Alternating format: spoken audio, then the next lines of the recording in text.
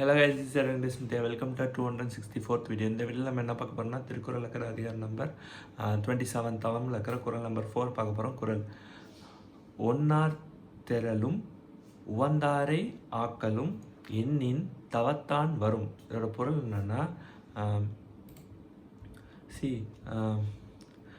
தவம் செய்கிறவங்க இருக்காங்கல்ல அப்படின்னா, தன்னுடைய மனசு வந்து ரொம்ப உறுதியாக ஸ்ட்ராங்காக எந்த ஒரு அலைப்பாய்தலும் இல்லாமல், தவறான சிந்தனைகளுக்கு எந்த ஒரு அலைப்பாய்தலும் இல்லாமல் மன உறுதியோடு இருக்கிறாங்கள, அவங்க நினச்சா அவங்க செய்கிற இந்த தவத்தோட பலனாக என்ன கிடைக்கும்னா, அவங்களோட தவத்தினால அவங்க நினச்சா என்ன பண்ண முடியும்னா, இந்த தீமை செய்கிறவங்களை வந்து தண்டிக்கவும் முடியும். அதே மாதிரி தனக்கானவங்க இருப்பாங்களே, எப்படி சொல்கிறது, அவங்களோட ஃப்ரெண்ட்ஸாக இருக்கலாம், அவங்களோட ஃபேமிலி மெம்பர்ஸாக இருக்கலாம்.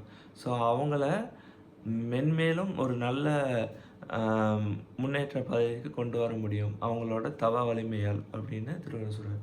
ஸோ தவமுக்கான கேரக்டரிஸ்டிக்ஸ் இதுதான். இதை வச்சு நம்ம யூஸ் பண்ணி இந்த மாதிரி தவறை வந்து தண்டிக்கவும் முடியும், தன்னோட சுற்றி இருக்கிற ஃபேமிலி மெம்பர்ஸை வந்து ஒரு நல்ல முன்னேற்ற பாதைக்கு கொண்டு வரவும் முடியும் அப்படின்னு திருவள்ளுவர் சொல்கிறார். நன்றி.